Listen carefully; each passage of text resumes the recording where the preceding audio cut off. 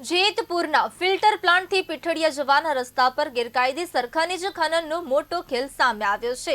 સ્થાનિકોના આક્ષેપ મુજબ જેસીબી અને ડમ્પરો વડે કુદરતી ધારો અને ટેકરીઓને ખોદીને ખાણોમાં ફેરવી દેવામાં આવી છે, જેને કારણે સરકારી ખનિજ સંપત્તિને નુકસાન પહોંચવાની સાથે વિસ્તારનું ભૌગોલિક સ્વરૂપ પણ દબલાઈ ગયું છે। આ સમગ્ર મામલાનું કવરેજ કરવા પહોંચેલા પત્રકારને પણ ખનિજ માફિયાઓએ ધમકાવવાનો અને કેમેરો બંધ કરાવવાનો પ્રયાસ કર્યો હોવાના આક્ષેપો થયા છે। સમગ્ર ઘટનાને લઈને તંત્રની કામગીરી સામે પણ સવાલો ઉઠી રહ્યા છે। વાત ન કરો એટલે મેં હું ચોરી કરવા આવ્યા તો તમે કહેતા હોય તો હું જાણ કરી દઉં। તમારી માલિકીની જગ્યા છે ભાઈ, આ તમારી માલિકીની જગ્યા તમે નીકળતા અહીંથી જ ને? પણ નીકળ્યા એટલે રસ્તો છે ને, જો અહીંથી આમ છે કે નહીં રસ્તો છે ને? ક્યાં રસ્તો? આ રસ્તો છે ને, અહીંથી અમે આઈલા થઈ આ રસ્તો છે ને। તમે એવું પૂછી ન ભાઈ રોડ ઉપર કે અહીંયા હું રખડતા હતા, તમે આઈ કાર્ડ જોઉં ઓનલાઈન, તમને ઓનલાઈન ગૂગલ ખોલો, ઓનલાઈનમાં તમને બતાવીએ, ઓનલાઈન બતાવીએ તમને।